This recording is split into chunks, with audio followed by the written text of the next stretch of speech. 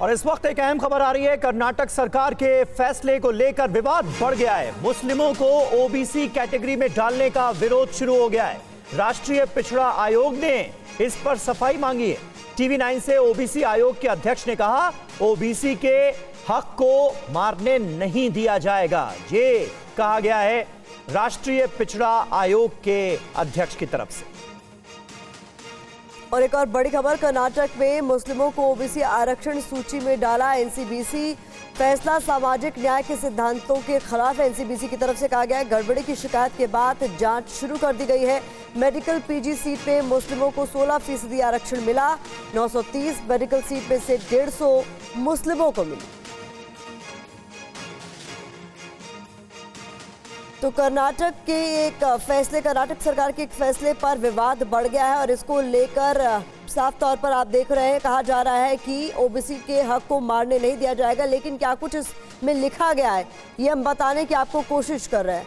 तो कर्नाटक में मुस्लिमों को ओबीसी आरक्षण सूची में डाला गया है। फैसला सामाजिक न्याय के सिद्धांतों के खिलाफ ये एनसीबीसी की तरफ से कहा गया। तो देखिए, राष्ट्रीय पिछड़ा वर्ग आयोग का सिद्धरमैया सरकार से बड़ा सवाल।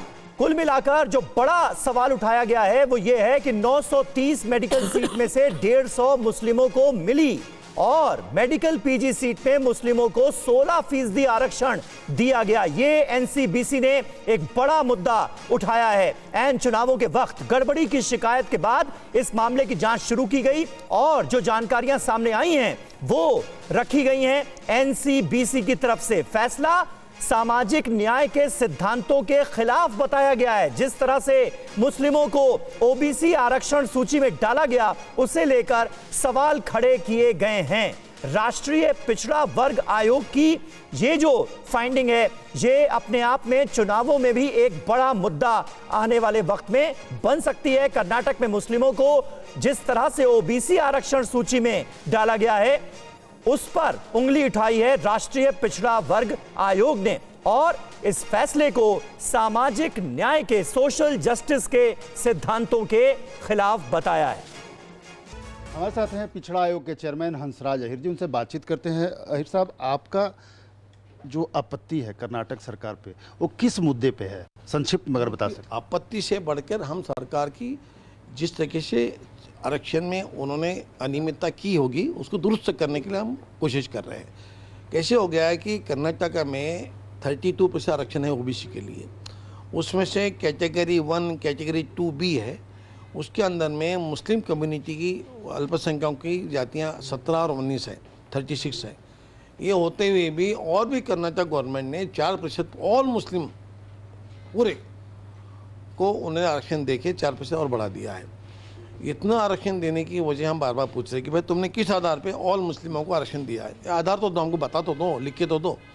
अच्छा, ये नहीं दिया, पूरा दिया नहीं, तो हमने को जनवरी में प्रश्न पूछा, उसके पहले भी लिखा कई बार।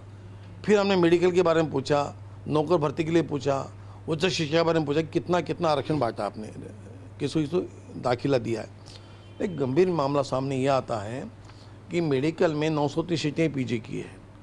930 सीटों के अंदर में कैटेगरी B2 में जहाँ 4% आरक्षण है अल्पसंख्यक के नाम से ओबीसी में, वहाँ उन्होंने 11% सीटें दे दी। 4% की जगह 11% दे दी। वो 930 में से 102 सीटें दे दी। फिर और भी कैटेगरी 1 में, कैटेगरी 2B में भी सरकार ने, वहाँ की एजुकेशन डिपार्टमेंट ने और 48 सीटें दे दी है। तो कुल मिला के 150 सीटें 930 में से अल्पसंख्यक ओबीसी को गई है, माइनॉरिटी को। वो होती है 16-17%। 4 के बजाय 16% अगर आरक्षण दिया जाता है, 17%, तो कहीं ना कहीं मूल ओबीसी के साथ में अन्याय हो रहा है, छल हो रहा है। ये बातें हमने सामने आने की वजह से राइटिंग में रिप्लाई दिया है करके हम आपको बता रहे हैं। तो शोषण हुआ है मूल ओबीसी का, उनके आरक्षण की लूट हो गई है, ये हमें लगता है को, तो हम सोचते हैं कि दुरुस्त करें। आज हुआ है कल ना हो।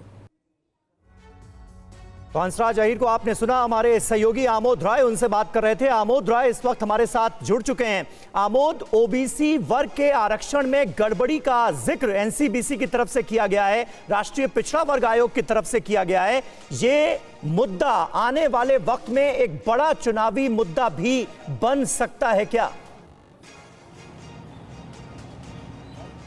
निश्चित तौर पर देखिए समीर, ऑलरेडी एक बड़ा मुद्दा प्रधानमंत्री के द्वारा छेड़ा जा चुका है और एक नई बात सामने ये आई है कि कर्नाटक में जिस तरह से मेडिकल एडमिशन में 16 से 17% का आरक्षण दिया गया है, उसको बीजेपी कतई छोड़ेगी नहीं और उसको भुनाने की कोशिश जरूर होगी, जन जन तक ले जाने की कोशिश जरूर होगी। और उसी के तहत इसको भी देखना चाहिए कि जो ओबीसी आयोग है उसने चिट्ठी लिखा है और चिट्ठी लिखने के बाद वहाँ की चीफ सेक्रेटरी को तलब करने की बात कही है और ज़रूरत पड़ने पे इस मैटर को राष्ट्रपति और संसद तक ले जाने की बात कह रहे हैं। तो ये किसी भी तरह से जो एक वहाँ इनका जो कहना है ये है कि वहाँ ऑलरेडी 36 जातियां जो मुस्लिम वर्ग की हैं उनको आरक्षण कोटे में वो आती हैं, ओबीसी कोटे में आती हैं और उनको दिए जाने से इनको कोई आपत्ति नहीं है, उनको दिया जाना चाहिए।